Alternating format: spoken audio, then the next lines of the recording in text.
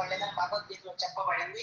స్త్రీ అయినా శూద్రుడైన వైశ్యుడైన కృష్ణ భక్తిలో నెలకొంటే అత్యున్నత పూర్ణత్వ స్థాయికి ఉద్ధరించబడి భగవద్ధామానికి చేరగలుగుతారు. వివిధ రకాలైన భక్తులకు అంటే రకరకాల భక్తులు, ఇక్కడ అందరూ అన్ని రకాలు ఉంటారు. వాళ్ళ వాళ్ళ మనస్తత్వానికి తగ్గట్టుగా సేవ గురువు కృష్ణ కరుణతోటే మనకు దొరుకుతుంది. కానీ ఒక్కొక్కసారి అర్హతగా మించి కూడా దొరుకుతుంది. మామూలుగా అయితే దీక్ష అవ్వాలి, బ్రాహ్మణ దీక్షుడు అయితే దేవుడి దగ్గరికి వెళ్ళాలి. ఆమెకు అర్హత లేదు, కానీ ఇచ్చాడు భగవంతుడు. ఎందుకు? ఆమెకు మించి శ్రద్ధగా దేవుడికి సేవ చేసేవాడు ఇక్కడ ఎవరు లేరు. నేను కూడా అంత టైంకి పర్ఫెక్ట్ గా ఒక్క పూట కూడా అటు ఇటు ఒక గంట కాకుండా మ్యాక్సిమం చేస్తుంది. ఆ వయసులో ఆమె శక్తిని మించి చేస్తుంది. అంటే అర్హతకు మించిన సేవ దేవుడు ఇచ్చాడు కాబట్టి ఆమె దాన్ని పర్ఫెక్ట్ గా చేయగలుగుతుంది. మనం కూడా మనకి ఇచ్చిన సేవ మనం పర్ఫెక్ట్ గా చేస్తే ఇంకా మనం భగవంతుని అనుగ్రహాన్ని పొందుతాము. అనుగ్రహాన్ని పొందడం అంటే ఏంటి? మన జీవితంలో వచ్చే ఒడిదుడుకుల నుంచి బయటపడటం. ఇంకా ఒడిదుడుకుల కష్టాలు చిక్కుకుంటున్నాము అంటే మనం చేసే సేవ కరెక్ట్ గా లేదు. ఉన్నప్పుడు ఖచ్చితంగా మనం బయటపడతాం. వాగ్దానం చేస్తున్నాడు కృష్ణ భగవద్గీతలో. పరతత్వ వివిధ అవస్థలను లక్షించు యోగ విధానం అనేక రకాలుగా ఉన్నది. జ్ఞాన యోగ విధానం నిరాకార బ్రహ్మతేజంపై లక్షించి ఉంటుంది. హఠయోగం పరతత్వం యొక్క పరమాత్మ తత్వంపై లక్షించి ఉంటుంది. కానీ శ్రవణ కీర్తనాది నవవిధముగా నిర్వహించబడే భక్తి యోగం మాత్రము భగవంతుని పూర్ణానుభవం పైన లక్ష్యమై ఉంటుంది. మనం చేసేది భక్తి యోగం. ఇది దేని మీద ఆధారపడి ఉన్న మనం చేసే భక్తి? శ్రవణం కీర్తనం విష్ణు గురించి వినాలి, విష్ణు నామాన్ని కీర్తించాలి, స్మరించాలి. ఈ మూటి మీదనే మెయిన్ మన భక్తి యోగము ఆధారపడి ఉంది. మొట్టమొదటి శ్రవణం, వినడం ఆయన గురించి. వినగా ఏమవుతుంది? శ్రద్ధ, భక్తి, నమ్మకం, భగవంతుని మీద విశ్వాసం, ఇవన్నీ కూడా వస్తాయి. మళ్ళీ ఏమీ తెలియని వాళ్ళకైనా సరే, మీకేమీ తెలియదు అమాయకులు, కానీ మీరు ఇక్కడికి వచ్చాక ఇప్పుడు దేవుడి మీద ఎంత నమ్మకం, ఇంకా రాగా అది పెరుగుతుంది. ఎందుకు? చెప్పినట్టు ఆచరిస్తుంటే. ఈ విధముగా కానీ ఆత్మానుభవానికి వివిధ పద్ధతులు ఉన్నప్పటికీ దేవాహుతి ఇక్కడ ఏమడుగుతుంది? ధ్యాన యోగం గురించో హఠయోగం గురించో వేరే వాటి గురించి అడుగుతుంది. భక్తి యోగం గురించి అడుగుతుంది.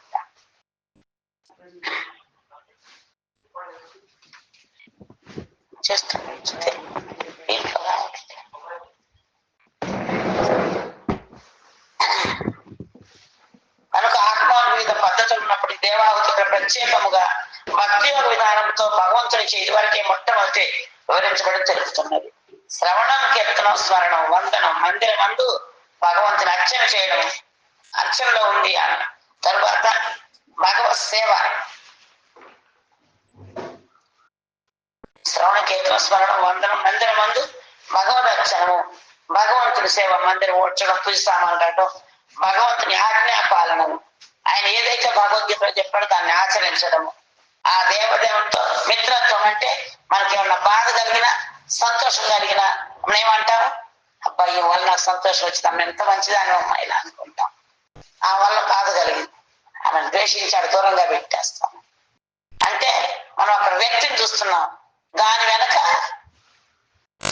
మన కర్మలు అంటే దైవ నేత్ర అంటే భగవంతుని యొక్క నేతృత్వం ఆధ్వర్యంలో జరుగుతుంది. దాని వెనక భగవంతుని ప్రమేయం లేదా? ఖచ్చితంగా ఉంటుంది. అది గుర్తించక మనకు నచ్చిన పని చేసిన లెక్కలు తీసుకుంటాము, మనకు నచ్చిన పని చేసిన దూరంగా నెట్టేస్తాం. దాని వెనక భగవంతుడి ప్రమేయం ఉందని గుర్తించడమే భక్తి. ప్రతి విషయం వెనక కూడా అంటే భగవంతుడు మనకు పరీక్షలు పెడుతున్నాడు అనుకోవాలి. భగవంతుడు పెట్టడం మాయ పెడుతుంది, భగవంతుడి యొక్క శక్తి. ఆ పరీక్షల్లో మనం పాస్ అవ్వాలంటే ఎందుకో భగవంతుడు ఇలాంటి పరిస్థితిలో పెట్టారు, కానీ అది నా మంచికే అని మనం తెలుసుకోవాలి. అలా ఎప్పుడైతే తెలుసుకుంటామో వెంటనే మనకి కొద్దిసేపట్లోనో కొద్ది రోజుల్లోనో మనకు అర్థమైపోతుంది, ఓహో ఈమెయిల్ చేయడానికి ఆ రోజు ఆ పరిస్థితిలో పెట్టాడు నన్ను. మనం అనుకుంటాం ఈ ఊరి నుంచి అక్కడికి వెళ్ళాము, ఆ ఊరి నుంచి ఎక్కడికి వెళ్ళాము, ఎందుకు ఇట్లా తిప్పుతున్నాడు ఆ దేవుడు ఈ రోజుల్లో ఈ వయసులో అనుకుంటాం. అది మన మేలుకి 10 మంది మేలు కోసం తర్వాత రోజుల్లో అర్థమవుతుంది. మన కష్టం వచ్చిందంటే అది భగవంతు అనుగ్రహంగా భావించాలి. అంత ధైర్యం ఉందా ఎవరికన్నా? వెంటనే వాళ్ళని వీళ్ళని నిందించడం మొదలు పెడతాం. వీళ్ళ వల్ల వచ్చింది, వాళ్ళ వల్ల వచ్చింది. మనకు ఒక అవసరం వస్తే ఇచ్చిన నీడ పెట్టుకుంటాం, ఈనాడు నడబెడతాం మనం. కానీ ఆ ఇచ్చిన వాళ్ళకి ఇయ్యాలని బుద్ధి పుట్టించింది ఎవరు? కృష్ణ. ఇయ్యొద్దు అని బుద్ధి పుట్టించేది ఎవరు? కృష్ణ. అంటే మనలో ద్వేషం వస్తుందా? ఈపోయినా కూడా మనం గౌరవించగలుగుతాము. మనం అడిగిన సహాయం చేయని వాళ్ళ మీద కూడా మనకు గౌరవ అభిమానం ఉందని ఎవరైనా గుండె మీద చేసుకొని చెప్పగలరా? చెప్పలేరు. ఉంచుకొని కూడా దుర్మార్గుడు సహాయం చేయరా? చెట్లం మొదలు. అలా ఎప్పుడైతే ఇద్దరిని సమంగా చూడగలుగుతామో చెప్తున్నాడు భగవంతుడు, సమసర్వషు భూతేషు బ్రహ్మభూత ప్రసన్నాత్మ నశోచతి నకాంక్షతి సమసర్వేషు భూతేషు మద్భక్తిం లభతే పరాం. ఎవరైతే నేను ఆత్మని తెలుసుకుంటే ఆత్మకు డబ్బులు అవసరంలా, తిండి అవసరంలా, దానికి కావాల్సింది భగవంతునితో సంబంధం. భగవంతుని నామ రూప గుణ లీల విశేషాలు తెలుసుకోవడం, శ్రవణ కీర్తన చేయడం ఆత్మకు కావాలి. దానికి కొంచెం ఇచ్చిన చాలు, ఎంతో సంతోషిస్తుంది. రోజు అరగంట భాగవతం వింటే పగలంతా ఆనందంగా ఉంటుంది. కొంతమంది భక్తులు మాకు కాల్ చేసి చెబుతున్నారు, భాగవతం వినకపోతే ఆ రోజంతా మైండ్ అంతా డిస్టర్బ్డ్ గా ఉంటుంది, ప్రశాంతత అనేది ఉండలేదు. విన్న రోజు సాయంత్రం దాకా పీస్ఫుల్ గా ఉంటుంది. పగల భాగవతం వింటే మనసు అంతా పీస్ఫుల్ గా ఉంటుంది పగలంతా. రాత్రి భగవద్గీత వింటే రాత్రి అంతా మంచిగా భగవద్ధ్యాసలో ఉంటాము. పగలంతా ఎంత కష్టపడి ఏ పనులన్నా చెయ్యి, కుటుంబ పోషణ కోసం చెయ్యాలి, తప్పదు. కానీ మనసుని భగవంతుని మీద లగ్నం చేయగలుగుతాం. మెల్లమెల్లగా ప్రాక్టీస్, ఏదైనా సరే సాధన. మనం ఒకేసారి 50 కిలోలు పైకెత్తగలమా? అదే చిన్నప్పటి నుంచి 2 కిలోలు 5 కిలోలు 3 కిలో వెయిట్ లిఫ్టింగ్, 200 కిలోలు పడితే వెయిట్ లిఫ్టింగ్ పోటీలు పెడతారు కదా, 200 కిలోలు కూడా ఆడ మనుషులు కూడా ఇలా తగాంతంగా పైకి ఎత్తేసి కింద ఎత్తేస్తారు. సాధనతో సాధ్యమైంది. మరి మనం సాధన చేస్తే మన మనసును కంట్రోల్ పెట్టలేమా? కానీ మనం సాధన మీద దృష్టి పెడతాం. మనం దేని మీద పెడతాము? మన సమస్యల మీద దృష్టి పెడతాం. ఇది వస్తే ఈ సమస్య తీరితే, ఆ చిట్టి పడితే ఈ సమస్య తీరిద్ది. ఇక్కడ జాబ్ చేస్తే 4 లక్షలు వస్తే గనక 1 కోటి రూపాయలు పెట్టి కంపెనీ పెట్టవచ్చు, 5 ఎకరాల పొలం కొనొచ్చు. అప్పుడు ఆ పంట మీద వచ్చి ఆదాయంతో ఇంట్లో కూర్చొని హాయిగా భక్తి చేస్తా. 1 కోటి రూపాయలు సంపాదించి ఆ 10 లక్షలు పెట్టి 10 ఎకరాలు కొంటాం, కౌలుకిస్తాము. ఆ పంట వచ్చింది, ఈ సంవత్సరం నీకే పని చేయను, మంచిగా ఇంట్లో తిని కూర్చొని భక్తి చేస్తా అనుకుంటాం. అప్పుడు మనం ఉంటామని గ్యారంటీ ఉందా? No guarantee. సమస్యలు ఎప్పుడు బతికినంతకాలం ఉంటాయి, కానీ మనమైతే పర్మనెంట్ ఉన్నాం కదా. మనం ఉన్నంతకాలం సమస్యలు ఉంటాయి. ఆ సమస్యల గురించి ఆలోచించకుండా భగవంతుని గురించి ఆలోచించడమే భక్తి. అప్పుడేమవుతుంది? ఆ సమస్యలన్నీ గాలితో చెదిరి మేఘాలలాగా చెదిరిపోతాయి, ఎటు ఎట్టే పోతాయి. వాటి గురించి ఆలోచిస్తే ఏమవుతుంది? భగవద్గీతలో ఏం చెబుతున్నారు కృష్ణ? ధ్యాయతో విషయాన్ పుంస సంగస్తేషోపజాయతే సంగజాయతే కామ కామ క్రోధో విజాయతే క్రోధాద్భవతి సమ్మోహ సమ్మోహ శృతి విభ్రమ శృతి భ్రమ బుద్ధినాశ బుద్ధినాశ ప్రణశ్యతి. మన సమస్యల గురించి ఆలోచిస్తే ఇంకా మోహం కలుగుతుంది. ఎట్లా బయటపడాలి, దీన్ని ఎట్లా బయటపడాలి? దేవుడు రాడు మన బుద్ధిలో. అది తీరకపోతే, మనం అనుకున్న సమస్య నెరవేరకపోతే, తీరకపోతే కోపం వస్తుంది. దానికి కారణం ఎవరు? వీళ్ళే. ఈమె దీనికి ఆటంకం. కాబట్టి ఈమె ఇట్లా నాశనం కావాలి, అట్లా నాశనం కావాలని తిట్టుకుంటూ ఉంటాం. అంటే బుద్ధి నశిస్తుంది. బుద్ధి నశిస్తే ఏమవుతుంది? ఆ తిట్లతోటి, ఆవేశంతో, కోపంతో సంసారగతం 84 లక్షల జనంలో చిక్కుంటాం. వీటన్నిటికీ కారణం ఒక భౌతిక విషయాన్ని గురించి ధ్యానించడం. అదే ధ్యాయతో విషయానుకుంస. అట్లా భౌతిక విషయాన్ని గురించి భగవంతుని గురించి ఆలోచిస్తూ మనసులో పనిచేస్తే సమస్యలన్నీ దూదిపింగిలా ఎగిరిపోతాయి. దాన్ని సాధన చేయమని చెప్తున్నా. మనం ఏళ్ల తరబడి వింటున్నా కూడా మనకు రావట్లేదే. అది ఎందుకు? మనలో ఉన్న ఆశలో, కోరికలు, వ్యామోహాలు పట్టి లాగుతున్నాయి. మనం పొందాలేసి కాళ్ళకి, చేతులకి. వాటి నుంచి బయటపడటం ప్రయత్నించాలి మనం. కానీ మనకు సాధ్యమవుతుందా? కాదు. మరి ఎలా బయటపడాలి?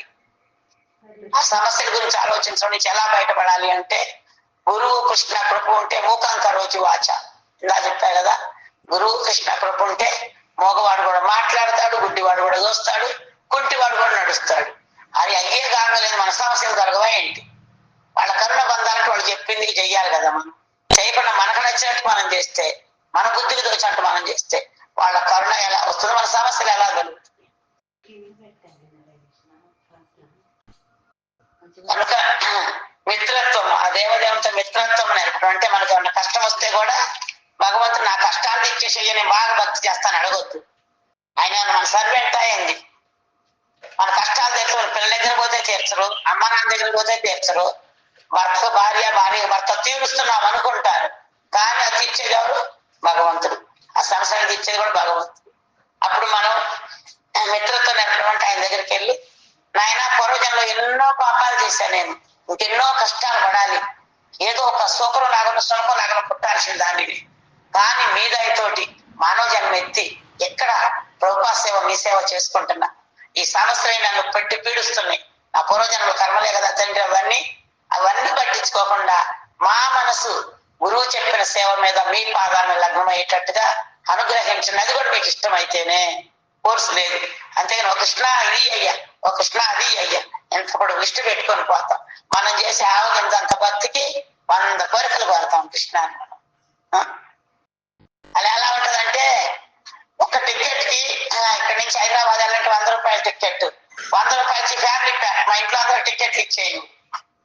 నేను ఒక్కదాన్ని భక్తి చేస్తా, నాకు, నా భర్తకి, నా పిల్లలకి, వాళ్ళ పిల్లలకి, మా అల్లుడికి, మా అల్లుడి తరఫున, మా కూతురు తరఫున, మా కొడుకు తరఫున, మా కోడల తరఫున అందరినీ కాపాడడం ఫ్యామిలీ ప్యాకింగ్ అడుగుతాం. ఫ్యామిలీ ప్యాకింగ్ కాదు, సకుటుంబ సపరివార సమేతంగా అడుగుతాం. ఇచ్చేది ఏమేం కాదు, అడిగేది మొయ్యలేనంత. ఎలా ఉంటుంది? అడుగుతున్నారు లేదా జన్లట్నే? కనుక ఒక టికెట్ ఫ్యామిలీ ప్యాకింగ్ కాదు, ఫ్యామిలీ ప్యాకింగ్ కావాలంటే ఫ్యామిలీ ప్యాకింగ్ మొత్తం కూడా ఇక్కడ ప్యాకింగ్ లో ఉండాలి భగవంతుడి సేవ. అప్పుడు ఎవరి వాళ్ళకే వస్తుంది. అందుకని వానప్రస్థ జీవితం అంటే ఆయన భక్తి ఆయనే చేసుకోవాలి, ఆయన బట్టలు ఆయనే ఉతుక్కోవాలి, ఆయన సేవ జపం ఆయన చేయాలి, ఆయన అన్నం ఆయనే తినాలి, ఎవరి దాళ్ళే తినాలి. ఒకరికొకరు చేస్తుంది. ఎక్కడికి వచ్చి కూడా మా ఆయన బతకాలి, మా ఆయనకి అన్నం పెట్టాలి, మా పిల్లలకి అది చేయాలి, మా పిల్లలకి ఇచ్చేయాలి, ఆ పిల్లకి ఆ సమస్య ఉంది, కొడుకు సమస్య ఉంది, కోడలు పురిటికి పోయింది, వడి పెట్టాలి, ఇవన్నీ ఆలోచిస్తే ఇంకేం జీవితం అది? సంసార కోపం, అంద కోపం అది. ఎప్పుడైతే మనం సిన్సియర్ గా భగవంతుడి సేవలో ఉంటామో, పిల్లలు ఇప్పుడు అమెరికాలో ఉండాళ్ళు, పిల్లలు తల్లిదండ్రులు కాకుండా పిల్లల్ని పెంచుకోవట్లేదండి, పిల్లల్ని పెంచుకుంటే జాబులు చేయట్లేదా? చిన్న సంవత్సరాన్ని పరిగెత్తడం మొదలు పెడతాం మనం బ్యాగ్ పట్టుకొని. ఎప్పుడైతే మన మనసు భగవంతుని చరణానందాన్ని లగ్నం అవుతుందో ఆ సమస్యలే రావు వాళ్ళకు కూడా. నాకు తెలిసి మంచి ఎగ్జాంపుల్ ఎంతో మంది భక్తుల జీవితాల్లో మనం చూస్తున్నాం. అది కూడా ఎవరికి, మన సంబంధికులు ఎవరికి కూడా సమస్యలు రావు. ఎందుకు? మనం ఎప్పుడు కూడా ఒకటే అడగాలి, నన్ను ఎప్పుడు మీ సేవకు దూరం చేయకండి, నా గొంతులో ఉన్నంత వరకు మీ సేవలోనే ఉండనియండి. ఉండనియాలంటే ఏం చేయాలి? మన మనసు ఎప్పుడు ఆయన గురించి ఆలోచించాలి. మనసుని ఎంత కుటుంబం ఆలోచనలు పెట్టుకున్నాను మీ సేవలో ఉంచుకుంటే, శరీరమే ఎక్కడ ఉంది, మనసు మొత్తం అక్కడ ఉండే. ఆయన ఏమడుగుతున్నాడు? నీ శరీరాన్ని ఎక్కడైనా పెట్టుకో, నీ ఇంట్లో పెట్టుకో, పొలంలో పెట్టుకో, ఎవరికైనా తల తాకట్టు పెట్టుకో, నాకే నీ మనసుని నాకు అంటున్నాడు. ఆయన ఏమున్న దాన్ని మందికి ఇస్తున్నాము, ఆయన వద్దన్న దాన్ని ఇక్కడ పెడుతున్నాము. అది మన స్వార్థం కదా. స్వార్థం అక్కడ సుఖం ఎక్కడ, శాంతి ఎక్కడ చెబుతున్నారు భగవంతుడు. నా సుఖం, నా శాంతి, నా పరాంగతి. సుఖం లేదు, శాంతి ఎక్కడ? శాంతి లేదు, పరమగతిని ఎలా పొందుతారు? శాంతి ఎక్కడ వస్తే? బ్రహ్మభూత ప్రసన్నాత్మ నశోచతి నకాంక్షతి సమసర్వేషు భూతేషు మద్భక్తి లభతే పరహం. ఎప్పుడైతే నేను ఆత్మస్వరూపాన్ని తెలుసుకుంటామో, ఆత్మకు కావాల్సింది ఏంటో తెలుసుకుంటాం. దానికి రకరకాల ప్రసాదాలు, గౌరవాలు అవేం అక్కర్లా. నేను దేహాన్ని అనుకుంటే దీన్ని కాపాడుకుంటాం, ఎక్కువ పని చేసి తరిగిపోతాము. తినేటప్పుడు అందరికన్నా మేలైనవి కావాలి మనకి, చేసేటప్పుడు అందరికన్నా తక్కువ పని కావాలనుకుంటాం. ఈ దేహాన్ని మనం ఎంత కాపాడినా ఏదో ఒక రోజు నాశనం అయ్యే తీరుతుంది. ఎన్ని రకాల ఆహార పదార్థాలు కొన్ని చోట్ల మందిరాల్లో ఏమన్నా ఫెస్టివల్స్ అప్పుడు, ఫీస్ట్లు అయినప్పుడు స్వీటు హాట్లు చేస్తే ప్రతి గుడిలో కూడా అది తీసి దాచిపెట్టుకోవాలి, రూమ్ లో పెట్టి. ఆడే పెట్టిపోతే అందరూ భోజనాలకు వచ్చే టైం సగమే ఉంటాయి అక్కడ. ఎందుకు? తినాలనే కోరిక. ఎన్ని తిన్నా ఏమంటారు, టన్ను ఏను రోజు కొన్ని టన్నులు తింటుంది. మనం కూడా అన్నప్రాసన కానీ సత్యంగా టన్ను కొద్ది తింటూనే ఉంటాము, ఖాళీ అవుతూనే ఉంటుంది. ఇక్కడ ఎన్నిదన్నా ఎంత పెంచుకున్న ఈ శరీరం ఏదో ఒక రోజు బూడిదలాగా మారుతుంది, లేదా మట్టిలాగా మారుతుంది, లేదా పక్షి మనలా మారుతుంది. ఆత్మను ఉపవాసం పెట్టి దీనికి ఎన్ని పెడితే మాత్రం ఉపయోగం. దేహం మీద వ్యామోహం జంతు బుద్ధి అని. దేహాత్మ బుద్ధి జంతు బుద్ధి. దేహమే ఆత్మ అనుకోవడం. ఆత్మ వేరు, దేహం వేరు. దేహానికి ఆహారం కావాలి, పని చేయాలి రోజు. ఆత్మకి భగవంతునికి శ్రవణ కీర్తనలు కావాలి. అప్పుడే నిజమైన శాంతి. చెబుతున్నారు, సవై పుంస పరో ధర్మో యథో భక్తి రథోక్షజే అహైతుకి అప్రతిహత యయాత్మాసు ప్రసీదతి. ఎప్పుడైతే మన స్వధర్మము, శరీర ధర్మం కుటుంబాన్ని చూసుకోవడం, ఆత్మ యొక్క ధర్మం భగవంతుని సేవ, అదోక్ష చేయాలి. ఆ సేవలో ఉన్నప్పుడే మన ఆత్మకి సుప్రసన్నత, ఆనందం కలుగుతుంది. అప్పుడు ముఖం మీద ఆనందం కనపడుతుంది. లేదంటే ఇవన్నీ కూరలు చేశారు, నాకొద్దు ఇది, ఈ అన్నం నాకొద్దు, ఇదొద్దు అదొద్దు అనిపిస్తుంది. నచ్చని కూరలు ఉంటే వంట చేసేవాళ్ళు వాళ్ళకి నచ్చిన వాళ్ళు వండుకుంటారు. అవి అందరికి నచ్చుతాయా? నచ్చవు. నచ్చకపోయినా దేవుడు ఈ రోజు నాకు ఇష్టమైన కిచిడియే ఇచ్చాడు. కళ్ళు మూసుకొని మందు బిళ్ళలు తిన్నట్టు, రోగం వస్తే మందు బిళ్ళలు మింగమా, అట్లే నా ప్రాణం వెళ్ళిపోవాలి కాబట్టి, సేవ చేయాలి కాబట్టి ఎల్లిదే తింటగానే వద్దు తీసేయి. కొంతమంది రాత్రి మిగిలితే తీసేయి, నాకు వద్దు. అహంకారం. ప్రసాదం వారేస్తే ఎన్నో జన్మల పాపాలు చుట్టుకుంటాయి. ఆ భావన రావాలి మనకి. వినగా మన భావన మారాలి. భగవత్ ప్రసాదం అపురూపమైనది. ఎక్కడ దొరుకుతుంది? బయట ఎక్కడికన్నా వెళ్ళి ₹1,00,000 ఇస్తే ప్రసాదం పెట్టుకుంటే పెడతారు హైదరాబాద్ లో? ప్రసాదం కావాలంటే భక్తుల దగ్గర దొరుకుతుంది. భగవంతుడి అనుగ్రహం. వాళ్ళు రోడ్కి నైవేద్యం పెడతారు కాబట్టి దొరుకుతుంది. దాని విలువే మనకు తెలియదు.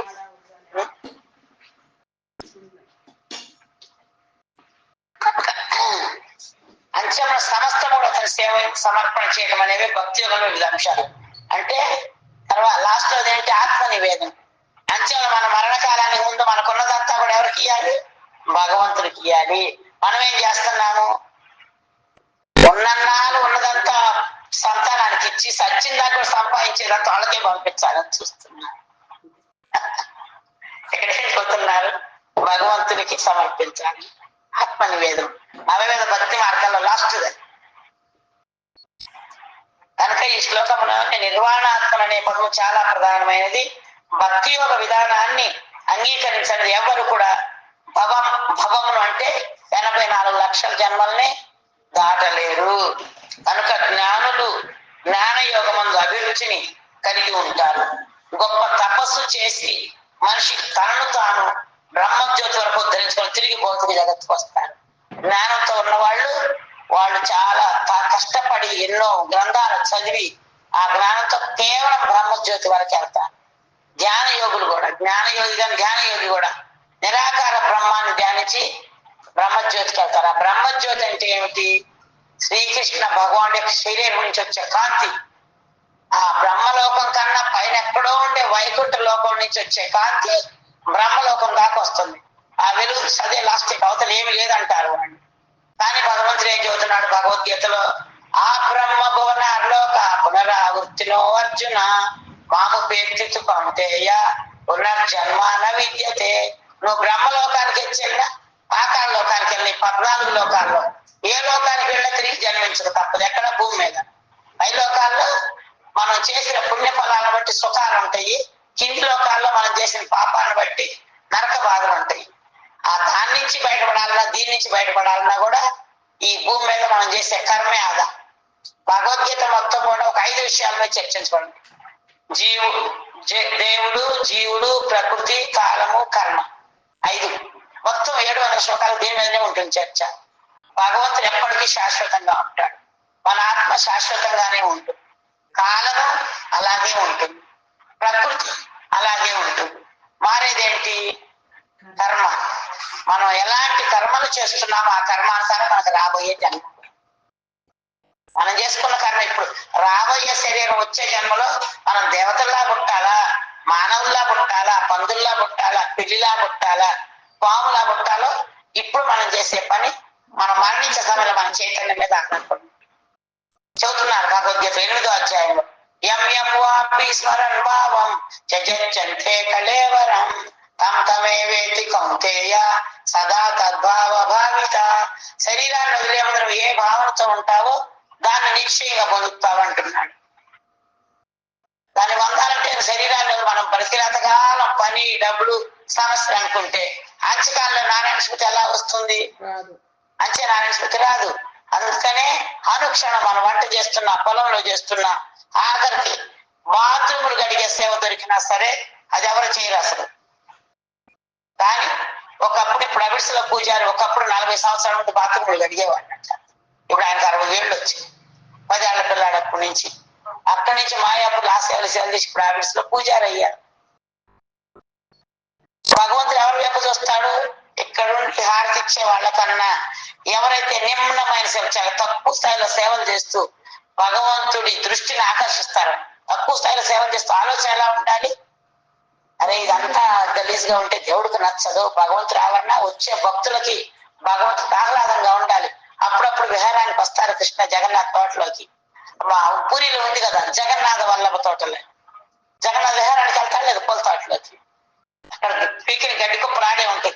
నేను ఎందుకు ఎత్తాను ఒకళ్ళు అంటారు, ఇది నా పని కాదు ఇంకొకళ్ళు అంటారు. పీకినాడు మేము చేయలేమంటారు. అట్లే ఉంటే జగన్నాథ్ అక్కడ చూసి ఓ చాలా బాధ్యతగా చేస్తున్నారు, వెరీ గుడ్, మీకు నా అనుగ్రహం బాగా ఇస్తాయి, ఎందుకంటే ఇవంతా చాలా అందంగా పెట్టారు కదా అని జగన్నాథ్ చాలా హ్యాపీ అవుతాడు. వాటి మీద ఎవరికైనా ఉంటుందో ధ్యాస? గడ్డి పీకడానికి ఉండదు. నేను చెప్తేనే గడ్డి పీకుతాను, నేను చెప్తేనే కుప్పలు ఎత్తుతాను, నేను చెప్పిన తినకుండా ఉండాలి. మరి ఉంటున్నారా? ఉండరు. భగవంతుని ప్లీజ్ చేయాలంటే మనం ఆయన గురించి ఆలోచించాలి. అరే ఈ తోటలో జగన్నాథ్ అప్పుడప్పుడు విహారానికి వస్తాడు, గడ్డి కుప్పలు ఉండకూడదు. గుడికి వచ్చే భక్తులు కూడా చేయొచ్చు. ఎట్లుండి వాళ్ళు చెప్తాడు అనుకుంటారు, విడిపిని బాగా రూముల్లో పడుకుంటే మనం ఎందుకు చేయాలనుకుంటారు వచ్చేవాళ్ళు. వాళ్ళు వస్తే మనం చేస్తుంటే మనతో కూడా వాళ్ళు చేస్తారు. సంతోష్ ప్రభు వాళ్ళు వచ్చారు ఓ రోజు, వరండా అంతా అక్కడ అన్ని సామాన్లు నేను చదువుతుంటే వాళ్ళు కూడా వచ్చి నాతో పాటు భార్యాభర్తలు నలుగురు వాళ్ళ పిల్లలు 6 మనుషులు పొద్దున 11 12 వస్తే సాయంత్రం దాకా సర్వీస్ చేశారు. సాయంత్రం 4 కంప్లీట్ అయింది, మేము వాళ్ళు కలిసి చేస్తే. అంత గుడ్డలేశాను ఈ సామాన్. మనం చేస్తుంటే భక్తులు వచ్చేస్తారు. మనం తిని మన జన్మలు బట్టి వచ్చిన వాళ్ళు ఎందుకు చేస్తారు? ఇక్కడ తినేది మనం, అనుభవించేది మనం. వాళ్ళకంతా కుటుంబ గృహస్థులకి ఎన్నో పనులు ఉంటాయి. భక్తులకి వాళ్ళ పొలాలు, వ్యాపారాలు, వ్యవసాయాలు అన్ని చేసుకుంటూ భగవంతుడి సన్నిధికి వస్తే మనం కూర్చొని 4 మంచి మాట్లాడుతూ చెప్పాలి. లేదా సేవ చేస్తుంటే వాళ్ళు కూడా వస్తే ఇద్దరం కలిసి సేవ చేసుకుంటూ దేవుడి గురించి మాట్లాడుకోవాలి. వాళ్ళకి ఆనందం దొరుకుతుంది. మనకు బాధ్యత లేకపోతే వాళ్ళకి ఎందుకు ఉంటది? ఉండి మనకే కష్టం లేదు, చూసుకోవాలి. మనం ఏమన్నా కష్టం ఉందా? ఒక కుటుంబం బయట బతకాలి అంటే ఎంత కష్టమో. మన ఒక టీచర్ అంటుంది, మీరు ఎంత భాగ్యవంతులు, గుడిలో ఉండి హ్యాపీగా భక్తి చేసుకుంటున్నారు.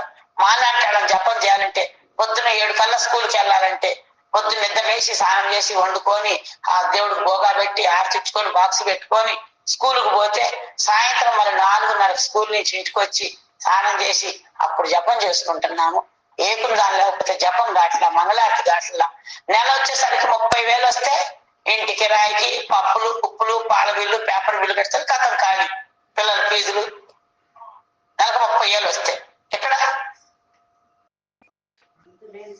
సంతృప్తి ఉందా మనుషులకి? ఇంకా ఏదో కావాలి, ఇంకా ఏదో కావాలి. శాంతి లేదు, సుఖం లేదు. ఎలా పొందుతాం సంతృప్తిని?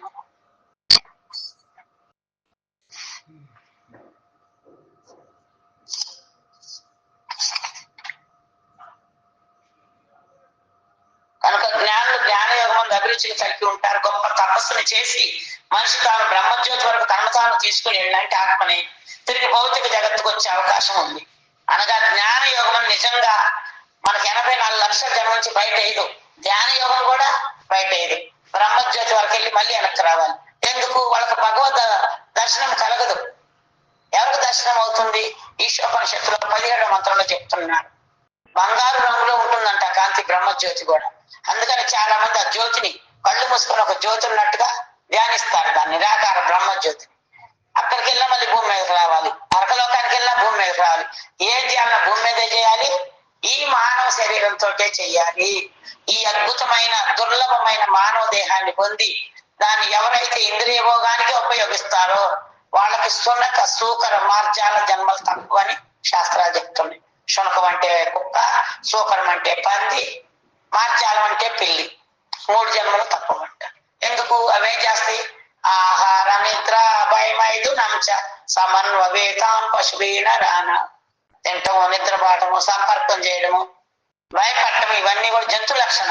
మనం ఆ 4 కన్నా ఉన్నతంగా ఏం చేయాలి? ఆత్మజ్ఞానాన్ని కలిగి ఉండాలి, ఒక గురువుని ఆశ్రయించాలి. చెబుతున్నాడు కృష్ణ భగవద్గీతలో, తద్విద్య ప్రణిపాతేన పరిప్రశ్నేన సేవయ ఉపదేశంచితే జ్ఞానం జ్ఞానినాం తత్వదర్శిన. గురువుని చేరి వినయంతో సేవను గూర్చి వినయంగా ప్రశ్నించి తెలుసుకోవాలి. అంతేగాని ఏం చేయమంటావు అహం ఉన్న కాడ వినయం ఉండదు, వినయం ఉన్న కాడ అహం రాదు. వినయం వినయం అని చెప్పేది. కనుక అదే విధముగా పరమాత్మ తత్వంపై లక్ష్యం పడి ఉండే హఠయోగం అంటే ధ్యాన యోగం, అది కూడా అభ్యాసం చేసే ఎక్కువ యోగులు ఉన్నారు. విశ్వామిత్రుడు లాంటి వారు, వాళ్ళు కూడా వైకుంఠానికి వెళ్ళలేకపోయారు. దూర్వాసుడు, విశ్వామిత్రుడు, వీళ్ళంతా కూడా ధ్యాన యోగులు అన్నమాట. వాళ్ళకు కూడా మళ్ళీ మళ్ళీ తప్పటం లేదే, వాళ్ళు కూడా ఒక్కొక్కసారి మాయా ప్రభావానికి లోనయ్యారు. విశ్వామిత్రుడు మరి ఎంతో తపస్సు చేశాడు, కానీ ఆమె మేనక వచ్చేసరికి మాయలో పడ్డాడా లేదు. మరి హరిదాస్ ఠాకూర్ సాక్షాత్ మాయాదేవి వచ్చినా కూడా ఆయన మాయలోకి లోను కాలేదు, మాయలో పడలేదు. కనుక భక్తి యోగ విధానం అనేది మాయకు చాలా దూరంగా ఉంటుంది. మనం మాయలో పడ్డామంటే మనం భక్తి యోగంలో లేనట్టే. అయితే కృష్ణ లేదా మాయ రెండే ఉంటాయి. ఉంటే కృష్ణతో ఉంటాం, లేదా మాయతో ఉంటాం. ఎందుకు ఉన్నాం మనలోకి మనం చూసుకుంటే మనకు అర్థమవుతుంది. విశ్వామిత్రుడు లాంటి వారికి ఎక్కువ మంది పతనం చెంది ఉన్నారు, కానీ భగవంతుని సన్నిధికి ఒక్కసారి చేరిన పిదప భక్తి యోగులు తిరిగి భౌతిక జగత్తుకు మరలిగారు. భగవద్గీతలో ఇదే స్థిరపరచబడింది. యద్గత్వాన్ని వర్తంతే తద్ధామం పరమం మమ తత్వదేహం పునర్జన్మ నైతి మామేతి సోర్జున చెబుతున్నారు ఎన్నో శ్లోకాల్లో. భగవంతుడు లోకానికి తిరిగి వచ్చే ప్రశ్నే లేదు. కనుక ఈ భౌతిక దేహాన్ని మరలా వదిలినాక మళ్ళీ కొందరు భక్తి యోగంలో ఉండేవాళ్ళు. అందుకనే ఈ భక్తి యోగంలో ఉండమని మనకి భగవద్గీతలో కూడా కృష్ణ చెప్తున్నారు. 6వ అధ్యాయం 47వ శ్లోకం, లాస్ట్ ఇది భగవద్గీత. భగవద్గీత తర్వాత ఇది అయిపోయాక చదువుకోండి. ఏం చెప్తున్నారు? యోగినామపి సర్వేషాం మద్గతేనాంతరాత్మన శ్రద్ధావాన్ భజతే యో మాం సమే యుక్త తమో మత. యోగులందరికీ అత్యంత శ్రద్ధతో నా భావన ఎందే సదా ఉండేవాడు, నన్నే తన యందు సదా స్మరించేవాడు అత్యున్నతుడైన యోగి, ఇదే నా అభిప్రాయం అంటున్నాడు కృష్ణ. భక్తి యోగి ఉన్న గొప్పవాడని. భక్తి యోగంలో ఉంటాం, మనసు మాత్రం మనం ఎక్కడో పెడతాం. ఏం చెబుతున్నారు ఇక్కడ? సదా నా భావంలోనే ఉండేవాడు, సదా నన్ను తన యందు స్మరించేవాడు. సదా అంటే 24 గంటలు కలుస్తున్నామా? జపం చేస్తుంటే కూడా జపం చేస్తావా, ఇక్కడ ఎక్కడేం చేస్తున్నావు? చేతిలో జప ఉంటుంది, మనసు ఒక చోట, కళ్ళు ఒక చోట, చేతిలో మాత్రం జపమాలు ఎగురుతా ఉంటుంది. ఎక్కడుంది మన మనసు దేవుడి మీద? కనుక భౌతిక దేహం మరలా పొందడం. నిర్వాణం అనగా ఆత్మ యొక్క అస్తిత్వం నశింపజేయడం అని భావం కాదు, ఆత్మ నిత్యమైనది. వాళ్ళు ఏమంటారు నిరాకాలు? ఆత్మ బ్రహ్మజ్యోతికి వెళ్ళిపోతే నిర్వాణం అయిపోతుంది, మళ్ళీ గుట్టమంటారు. కానీ భగవంతుడు ఏం చెబుతున్నాడు? ఆ బ్రహ్మకు ఉన్నారులోక పునరావృత్తిని వచ్చిన బ్రహ్మలోకానికి పోయిన పాతాల్లోకి మళ్ళీ రాదు, తప్పదు. మాము పేర్చుకుంటే పునర్జన్మ నవిద్యత. నా దగ్గరకు వస్తే తిరిగి పుట్టే పని లేదు. వీళ్ళేమంటారు? అక్కడికి ఎక్కడే పోతాం, బ్రహ్మజ్యోతిలోనే ఉండిపోతాం అంటున్నారు. కానీ కృష్ణ ఒప్పుకోవట్లేదే. అప్పుడు నిరాకారవాదుల మాట వినాలా, మనం భగవంతుడి మాట వినాలా? భగవంతుడి మాట వినాలి, శాస్త్రాన్ని నమ్మాలి. నన్ను కూడా నమ్మకండి, మీరు శాస్త్రాన్ని నమ్మండి. భగవద్గీతలో కృష్ణ ఏం చెప్పారు దాన్ని నమ్మండి. నమ్మితే ఏమవుతుంది? బాగుపడతాము. శరీరమే కదా ఆత్మ, అన్ని కూడా బాగుపడతాయి. ఇప్పుడు శరీరానికి సుఖము శాంతి. పొలంలో కష్టం చేస్తున్నా పగలంతా ఇవి తలుసుకుంటూ కనుక పనిచేస్తే కష్టమే తెలియదు. ప్రహ్లాదుని మంటలు వేస్తే అమ్మో మంట, అమ్మో నొప్పి అన్నాడు, అయ్యింది హరిహరి అన్నాడు. రామదాసుని కొల్లా దెబ్బలు కొడుతుంటే గండిపేట కోటలో గోల్కొండ జిల్లాలో దెబ్బలు తింటే కూడా రామా రామ అన్నాడే. మన పొలం పని చేస్తుంటే కష్టం తెలుస్తుందా? ఎప్పుడైతే భగవంతుని మర్చిపోయి నేనే కాంగ వంట చేస్తాను అనుకుంటానో కష్టం తగులుతుంది. ఎంతమందికి ఉండే బాధ్యత నాకేంది? అందరు చిన్న పనులు చేస్తే నాకెంత ఎత్తిన బరువు అనిపిస్తుంది. ఎన్ని పోసేవాళ్ళు నేనే చెయ్యాలా, పూలు కొయ్యాలా, మందిరం ఉడుచుకొడతాం వల్ల ఆమెకు అనిపిస్తుంది. నేను ఒక్కడే చేయాలి, ఇక్కడ ఆయనకు అనిపిస్తుంది. ఎందుకు? దాంట్లో భక్తి భావం లేదు కాబట్టి. మనకి ఎప్పుడైతే ఇది భగవంతుడి కోసం చేస్తున్నాం అనుకుంటామో 100 మంది కూడా అవలేలుగా ఉండగలము. ఎలా వండాము మరి? మన గుంటూరులో అన్నదానం చేస్తే 600 మందికి బస్తా బియ్యం అన్నం వండాము, 10 కిలోల కందిపప్పు పప్పు చేశాము, సాంబార్ పెట్టాము, చిక్కుడు టమాటో కూర, క్యాబేజీ కర్రీ, స్వీట్ హాట్ అన్ని చేశాము. 600 మందికి 7-8 మంది కూరగాయలు పోషిస్తే వంటింట్లో ఇది ఒక్కళ్ళిద్దరమే ఉన్నాం ఆడవాళ్ళు. ఎలా ఉండాలి చెప్పండి? 100 మందికి ఎంటి క్యాటరింగ్లు ఇస్తారు, 50 మందికి ఎంటి క్యాటరింగ్లు ఇస్తారు. నేను అది భగవంతుడి కోసం ఆయన అనుగ్రహాన్ని 10 మందికి పంచాలనే భావంతో చేశాబట్టి నాకు ఒళ్ళెప్పుడు కూడా రాదు. మర్నాడు అందరి చేతులు ఎల్లకలేసి అలసిపోయారు. 4-5 రోజులు సరిగ్గా గుడికే రాలి కొంతమంది. నేను తెల్లారి పొద్దు నుంచి మళ్ళీ చదువుకునే పని కూడా నాదే. నాకే మనసు అనిపించలేదే. ఎందుకు? దేవుడి కోసం చేస్తున్నాను కాబట్టి. మీరు ఎప్పుడైతే ఇది భగవంతుడు చేస్తున్నానంటావో వీళ్ళందరికీ చేస్తున్నాననే భావన పోతుందో అప్పుడు కష్టం అనిపిస్తుంది. 100 మంది కూడా అవలేరు వండగలుగుతాం.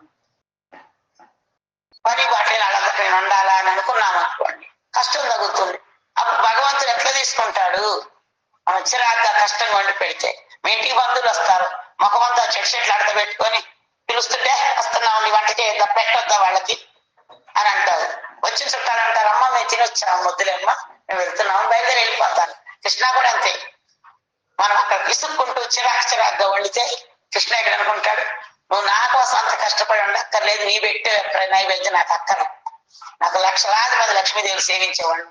ప్రభుపాద చెబుతారు, చింతామణి ప్రకర సద్మషు కల్ప వృక్షాం లక్షావృతేషు సురభి రవిపాలయంతాం లక్ష్మీ శతసహస్ర సంభ్రమ సేవ్యమానం గోవిందమాది పురుషం అమహం భజామి.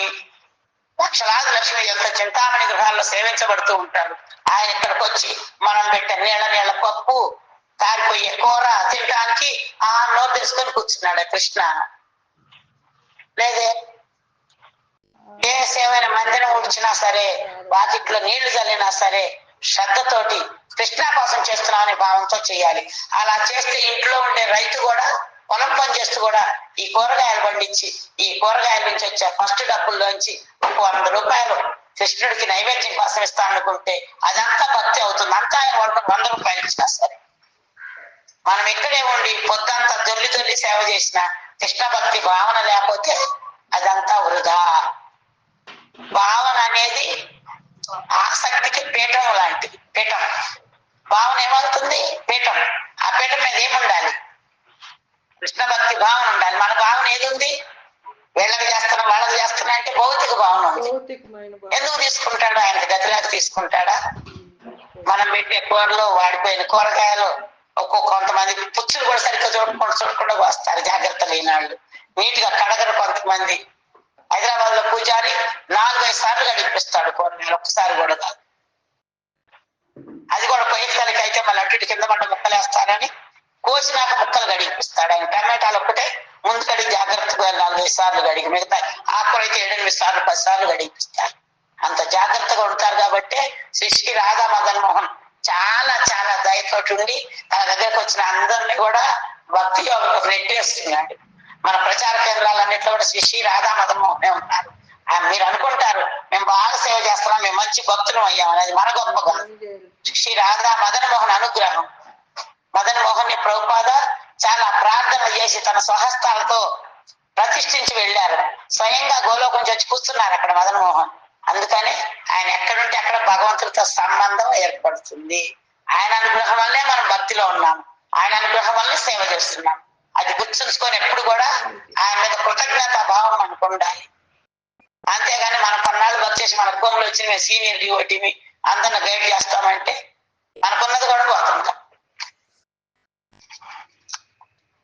కనుక ఈ విధంగా ఆత్మ నిత్యమైనది, శాశ్వతమైనది. కనుక నిర్వాణం అంటే మనిషి యొక్క భౌతిక అస్తిత్వాన్ని అంతమొందించడమే భావము. ఈ భవసాగరం అంటే 84 లక్షల జన్మ అంతమొందించడం అంటే భగవద్ధామానికి వెళ్తేనే అది అంతం అవుతుంది. లేదంటే పునరపి జననం పునరపి మరణం పునరపి జన్మే జఠరైసేనం ఇది సంసారే బహు దుఃఖాలు. ఈ సంసారంలో 84 లక్షల జన్మలో ఒక్కో జన్మలో ఒక్కో రకం దుఃఖం. ఒక రకం దుఃఖంతో ఉంటాం. ఒక రోజు రోగంతో ఏడుస్తాం, ఒక రోజు అప్పులతో ఏడుస్తాం, ఒక రోజు ఎవరికైనా కష్టం వస్తే ఏడుస్తాం. బంధువులకి అమ్మ తరపున నాన్న తరపున మన బంధువుల తరపున ఎవరి తరపున రోజుకు ఒక రకం దుఃఖంతో ఏడుస్తూనే ఉంటాము. అందుకే కృష్ణ చెప్తున్నారు, మాము ప్రత్య పునర్జన్మ దుఃఖాలయ శాశ్వతం. ఈ భౌతిక ప్రపంచం అంతా దుఃఖాలతో నిండి ఉంది. కానీ మనం ఎక్కడ కొట్టుకుంటున్నాము కుడితిలో పడ్డ ఎలకలాగా. బయటపడడానికి ప్రయత్నించడమే భగవంతుని గురించి వినడము, ఇది తెలుసుకోవాలి మనం ఫస్ట్. కనుక అంతమొందించడం అంటే భగవద్ధామానికి వెళ్ళడం. అక్కడికి వెళ్తేనే మనం దుఃఖాల నుంచి బయటపడతాం. వెళ్ళాలంటే ఆయన చెప్పినట్టు చెయ్యాలి కదా. మనము మనకు నచ్చినట్టు చేసి ఎలా వెళ్తాము? నీకు నచ్చినట్టు అమెరికానే బాగాలేవు, నీ ఇష్టం వచ్చినట్టు ఐసీలోకి వెళ్ళలేవు, హాస్పిటల్లో వాళ్ళు గోలోకి వెళ్ళిపోతావు ఇష్టం వచ్చినట్టు భక్తి చేస్తే. ఇంపాసిబుల్. జీవుడు ఏ విధంగా ఈ ఆధ్యాత్మిక జగత్తుని భౌతిక జగత్తుకు పతనం చెందునని కొన్ని మార్లు ప్రశ్నించబడుతుంది. దానికి ఇక్కడ సమాధానం ఇవ్వబడు. భగవంతునితో ప్రత్యక్ష సంబంధాన్ని పొందేటట్లుగా వైకుంఠ లోకాలకు ఉద్ధరించబడినంత వరకు జీవుడు పతనం చెందుతూనే ఉంటాడు. నిరాకార బ్రహ్మానుభూతి నుండి లేదా ధ్యాన సమాధి నుండి అవకాశం ఉంటుంది. ఈ శ్లోకంలోని భగవద్బాణ అనే వేరొక పదం ముఖ్యమైనది. అనగా భక్తి యోగం అనేది భగవంతుని పైన లక్షించబడే బాణము లాంటిది. ఈ బాణం ఎప్పుడు గురి తప్పకుండా ఎటుండాలి? భగవంతుని వైపే ఉండాలి. ఎక్కడ చెప్పాడు కృష్ణ అది?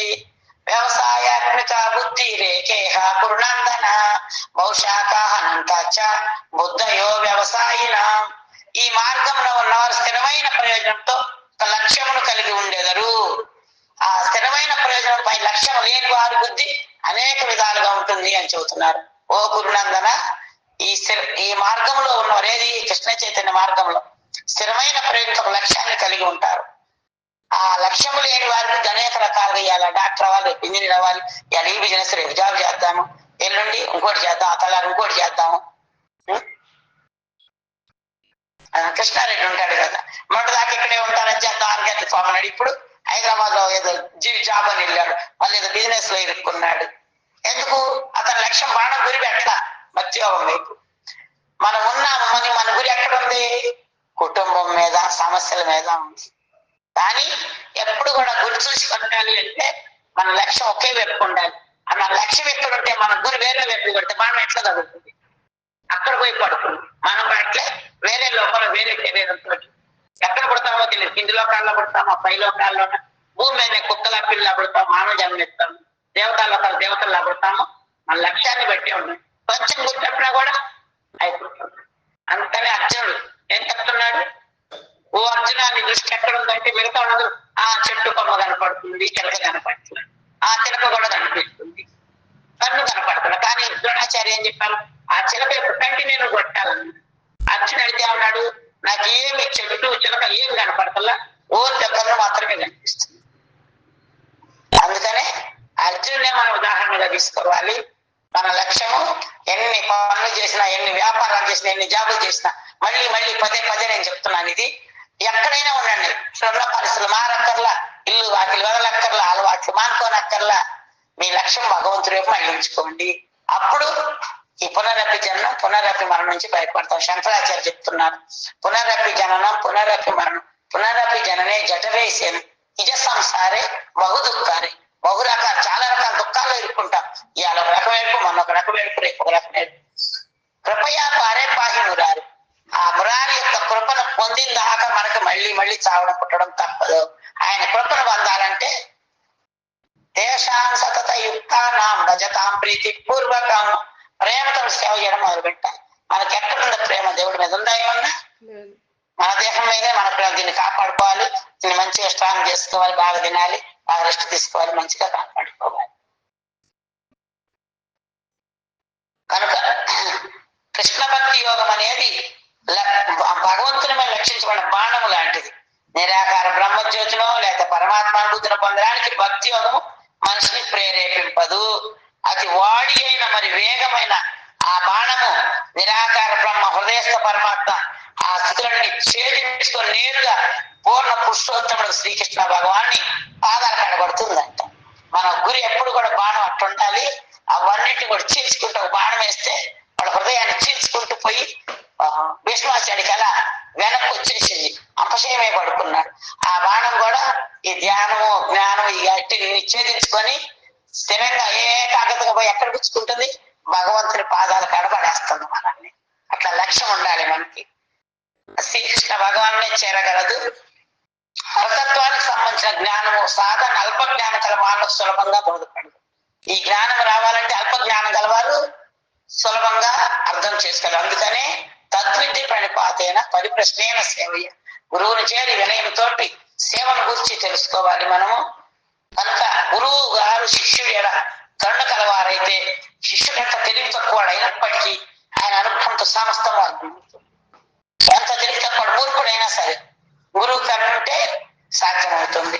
దానికోసం ఒక కథ ఉంటుంది, రేపు గుర్తు చేయండి చెప్తా, లేదా ఇవాళ తొందరగా ముగిస్తాను, పర్వాలేదు కదా, ఒక 5-10 minutes. కొంతమంది ఇప్పుడు జాయిన్ అయిన వాళ్ళు కూడా ఉన్నారు, లేట్ గా మెలకు రాని వాళ్ళు. కానీ అందరూ కూడా కొంచెం పొద్దున్నే 5:15 క్లాస్ స్టార్ట్ అవుతుంది. ముందే వస్తే ఫస్ట్ నుంచి వింటే ఇంకా బాగా అర్థం అవుతుంది. కాబట్టి ట్రై చేయండి ఇంకా ముందే లేవడానికి కూడా. కొంతమంది లేట్ గా జాయిన్ అవుతున్నారు. శిష్యుడైన కరుణ కలవారైతే శిష్యుడు ఎంత తెలివి తక్కువ అయినప్పటికీ ఆయన అనుగ్రహంతో సమస్తము అర్థమవుతుంది. కనుకనే గురువు కరుణ ద్వారా, గురువు కరుణ అంటే ఎస్య ప్రసాదో భగవత్ ప్రసాద అంటే గురువు కరుణ ద్వారానే భగవత్ కరుణ లభిస్తుందని విశ్వనాథ చక్రవర్తి ఠాకూర్ పలికారు. మందబుద్ధి గల స్త్రీని తల్లిని కనుక తన ఎడ కరుణ చూపమని దేవాహుతి కపిలుని ప్రార్థిస్తుంది. సాధారణ మానవులకు, ముఖ్యంగా స్త్రీలకు భగవంతుని గురించిన విషయాలు సులభంగా బోధపడనట్టిది అయినను కపిల దేవుడి అనుగ్రహంతో దాన్ని ఎరగడం ఆమెకు సాధ్యమవుతుంది. అందుకని గురువు కరుణ లభిస్తే ఎలా భగవంతుడు అర్థమవుతాడో కూడా మనకి చెప్పబడింది. అయోధ్యలో ఒక పిల్లవాడు ఉండేవాడు. అతనికి 15 ఏళ్ళు వచ్చినా కూడా పని మీద ఆసక్తి లేదు. తినడం, నిద్రపోవడం, సోమరిపోతు. 4 కొడుకులు ఉన్నారు తల్లిదండ్రులకు. మిగతా 3 పనులు చేసుకుంటున్నారు. చక్కగా వాళ్ళ బతుకులు వాళ్ళు బతుకుతున్నారు. పెళ్లిళ్ళు అయిపోయింది. వీడు చిన్నవాడు పని చేయట్లేదని వదిన కూడా ఏం చేస్తారు, మిగిలినాను పాసిపోయిన కూరలు అవి పెడుతున్నారు. తల్లి మనసుకు బాధ. చిన్న కొడుకు మీద ప్రేమ ఎక్కువ ఉంటుంది కదా, వాడికి తెలివి తక్కువవాడు. నాయన ఇప్పుడే ఎట్లా నీ బతుకు, పెళ్లి చేస్తే భార్య కూడా క్వశ్చన్స్ లేవురా, ఏదైనా ఆశ్రమాలు వెతుకుని ఆశ్రమానికి వెళ్ళిన ఆయన మేము ఉండగానే, లేదంటే నువ్వు జీవితంలో చాలా కష్టపడాల్సి వస్తుంది, నేను చూడలేను రా, నువ్వు బాధపడుతుంటే అని ఏడుస్తుంది. వాడికి పాపం తెలివి లేకపోయినా తల్లి మీద ప్రేమ ఉంది. సరే నమ్మాలి ఆశ్రమాలు వెతుక్కుంటూ పోతాడు. ఎక్కడ పోయినా కూడా ఎలా ఉంటారు భక్తులు, మన ఆశ్రమంలో పుష్టిగానే ఉంటాం కానీ మంచిగా తిని, కొన్ని ఆశ్రమాల్లో ఒకటే పూట భోజనం ఉంటుంది, నిష్ట. పొద్దున్న లేవాలి, భజనలు చేయాలి, తిరగాలి, ఏదేదో ఉంటాయి కదా. ఎక్కడ చూసినా ఓయమ్మో అసలు సోమరిపోతు, ఇవన్నీ నేను ఎక్కడ చేస్తాను, దీనికన్నా ఇల్లేనేమో అనుకున్నాడు. అలా తిరుగుతూనే తల్లి మాట మీద వెతుక్కుంటూ పోతే ఒక ఆశ్రమం మనలాగా పుష్టిగా ఉన్న భక్తులు కనపడ్డారు. అబ్బాయి ఇక్కడ బాగా తిండి దొరికింది, మంచిగా నిద్ర వచ్చులంతా పుష్టిగా ఉన్నారు కదా అనుకొని, వీలాగా లేరు అక్కడ ఎవరు మాలాగా ఉన్నారు. అక్కడికి వెళ్ళి ఆ గురువు గారి దగ్గరికి వెళ్ళి అడిగాడు. చూశాడు పాపం ఆయన అమాయకుడు కదా, వాళ్ళు ఎట్లా భక్తులు ఎలా ఉంటారు, దయగలిగి ఉంటారు కదా. అయ్యో పాపం వీడు అమాయకుడు, కొన్ని రోజులు ఇక్కడ భజన చేసుకుంటే మళ్ళీ జనం మంచిగా పుడతాడు కదా అనుకొని, సరే నాయన ఉండంట. మంచిగా రోజు ఏం చేయాలి, మంచిగా ప్రసాదం తీసుకోవాలి, భజన చేసుకోవాలి, మళ్ళా అన్న పెద్ద కష్టమేం లేదు. అలాగే ఉంటున్నాడు. ఒక రోజు ఏకాదశి వచ్చింది, భజన అయిపోయి అందరు కూర్చొని జపాలు చేస్తున్నారు. అరే ఏంటి వంటింట్లోకి వెళ్ళలేదు, ఎవరు ఇంకా 6:30 7 అవుతుందంటే నేను వంట పని లేదన్నారు. ఎందుకు అన్నాడు. ఏకాదశి అంటే ఏకాదశి అన్నం తినరా, ఓయమ్మో నేను రేపొద్దు నేను లేవని కూడా చచ్చిపోతాను, ఒక్క పూట ఆహారం లేకపోతే నేను బతకలేను అంటాడు. వాళ్ళు అంటారు ఇక్కడ వంటే ఉండదు అయ్యా, పొయ్యిలే ముట్టించము, దేవుడికి ఎంతో పండ్లు పెడతాము, వండే వాళ్ళు ఉండవు, తినేవాళ్ళు ఉండాలంతా భక్తి యోగాన్ని సాధన చేయాలంటారు. ఓయమ్మ అని గురువు దగ్గరికి వెళ్ళి, గురువు గారు దయచూపించండి, నేను ఆహారం లేక చచ్చిపోతాను, నాకు ఉపవాసాలు అలవాట్లేదు, ఒక్క పూట తినపోయినా కూడా చచ్చిపోతాను నేనని తహతహలాడిపోతాను. గురువు గారికి చాలా కరుణ దయతో ఉంటారు కదా. నాయన సరే సరే అని చెప్పి నీకు వీడికి ఒక బియ్యము, పప్పు, కొంచెం పిండి, కూరగాయలు ఇవ్వండి మన స్టోర్ రూమ్ లోంచి అని. ఇక్కడైతే వంట చేయవు నాయన, నువ్వు మన ఆశ్రమం దాటి ఇలా నజొప్పిని కూర్చొని పుల్లలు ఏరుకొచ్చుకో, 2 రాళ్ళు పెట్టుకో, రోటీ చేసుకో, కూర చేసుకో, పప్పు చేసుకో, అన్నం చేసుకో. కానీ ఎక్కడ అయోధ్యలో జరిగింది, రియల్ గానే జరిగింది. శ్రీరామచంద్రుడు నైవేద్యం పెట్టుకునే తినాలు అని ఫోటో కూడా తీసుకెళ్ళమంటారు. ఫోటోలాగా ఉన్నా కూడా తింటాడు భగవంతుడు. అందుకు ఎన్నో నిదర్శనాలు కూడా ఉన్నాయి మనకి. మరి చెప్తాను నిదర్శనాల గురించి. తీసుకెళ్లి తినమంటే సరేనని వెళ్ళాడు, వంట చేశాడు, కష్టపడి రాళ్ళు పెట్టాడు. ఎప్పుడు వండడం చాలా సోమరిపోతాయి, కానీ వండుకోకపోతే నకనకలాడుతుంది కదా కడుపులో. వంట చేశాడు, అన్నం వండాడు, కూర వండాడు, చపాతి చేశాడు 4. అప్పుడు ఫోటో అక్కడ పెట్టి రాముడిని పిలిచాడు. రామయ్య ఆకలి అవుతుందయ్యా, పొద్దున్నే ఈ టైం కన్నా తినేవాడిని, ఇప్పుడు దాకా వంట చేశాడు. హిందీలో పాడతాడు, ఆ పాట నేను మర్చిపోయాను. హిందీలో పాట పాడుతూ పిలుస్తాడు రమ్మని. వాడు అమాయకంగా పిలిస్తే ఎంతసేపు రావట్లేదు అనుకుంటాడు. ఇంకెందుకు అయ్యా రావట్లేదు, మా గురువు గారు పిలిచి రోజు తింటావు కదా, ఇవాళ అక్కడ ఏం దొరకదు నీకు, ఆశ్రమానికి పోయినాడు, పొయ్యిలో పిల్లి కూడా లేవదు, ఇక్కడికి వస్తే నీకు దొరికింది, ఇంకా సేపు అయితే తినేస్తాను రా అంటాడు. అనగా నిజంగానే రామయ్య వస్తాడు, వచ్చి కూర్చుంటాడు, ఆసనం వేస్తాడు, పెడతాడు, పెట్టింది మొత్తం తినేస్తాడు రాము. వీడికి ఒక్క పెసరంత కూడా మిగలదు. మళ్ళీ కాలే కడుపు వండే ఓపిక లేదు, పిండి లేదు, కూరగాయలు బియ్యం లేదు. ఏకాదశి ఉపవాసం కాళ్ళు ఇచ్చుకుంటే ఆశ్రమానికి వెళ్తాడు. ఆ రాత్రి నీళ్లు దాన్ని పడుకుంటాడు. తెల్లారి పొద్దున్నే గురువు గారికి చెప్తాడు ఇట్లా జరిగిందంటే గురువు నమ్మడు, పిచ్చోడు అట్టే చెబుతున్నాడని, తినేసి అబద్ధం చెబుతున్నాడని. మళ్ళీ 15 రోజులు మళ్ళీ ఏకాదశి వచ్చి మళ్ళీ అట్లా అంటాడు. ఈసారి ఏమడిగాడు, నాకు ఒక్కడ గది ఇద్దరికి సరిపోని, రాముడు తిన్నాడు కదా మా అన్న, ఈసారి రాముడికి నాకు ఇద్దరికి జరిపి ఉంటాడు. తీసుకెళ్లి మళ్ళీ అట్లా అన్నం కూరలు చపాతీ చేసి పిలుస్తాడు. రాముడిని పిలిస్తే రాముడితో పాటు సీత కూడా వచ్చింది. చేసింది ఇద్దరు తినేశారు. నిజంగానే జరిగిందంట అక్కడి. ఇద్దరు తినేశారు, అన్నీ అయిపోయింది. మళ్ళీ కాళ్ళ కడుపుతో వచ్చి గురువు గారితో చెప్తే గురువు అనుకుంటాడు వీడు పొట్ట ఎక్కడి నుంచి వస్తుంది, ఇంత తింటున్నాడు అనుకుని ఆయన ఊరుకుంటాడు. అట్లా మూడోసారి ఏకాదశికి ముగ్గురికి తీసుకెళ్తాడు. రామ లక్ష్మణ్ సీత ముగ్గురు వస్తారు, అయిపోయింది. నాలుగోసారి నలుగురికి తీసుకెళ్తాడు. ఈసారి ఎవరు వచ్చారు?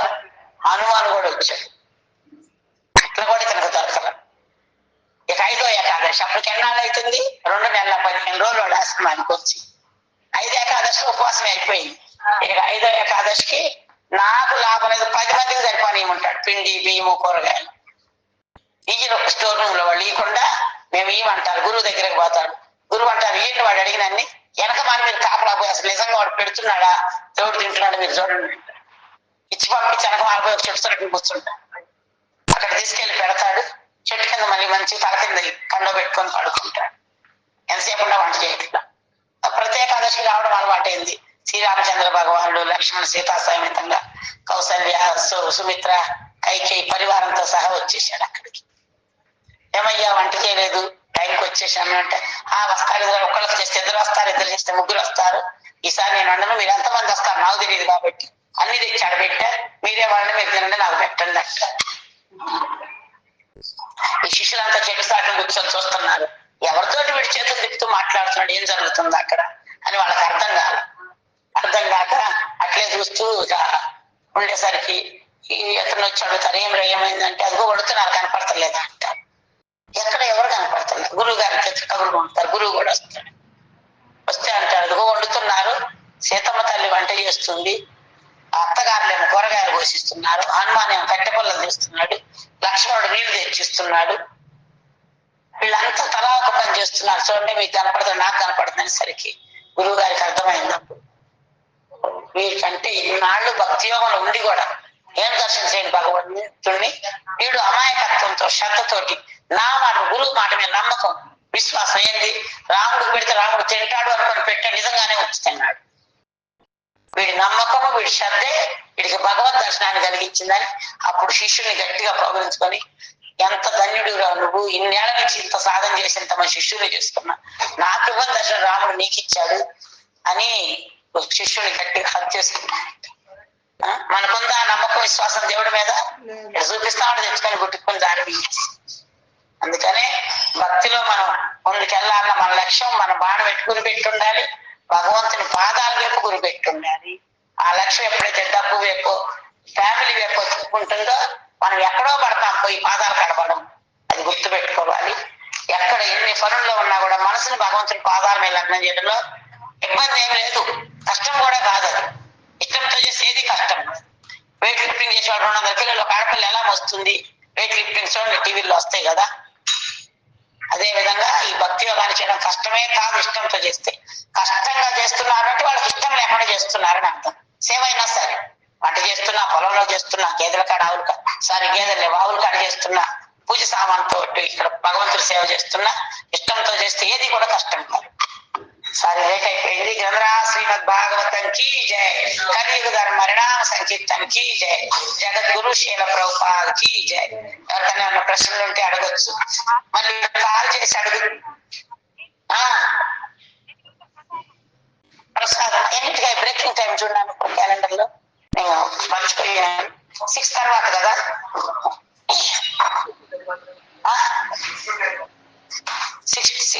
6 to 10. ఇప్పుడు 6 బాబు ఇప్పటి నుంచి 10 లోపల తీసుకోవాలమ్మా ధాన్యాలతో చేసింది ఏదైనా.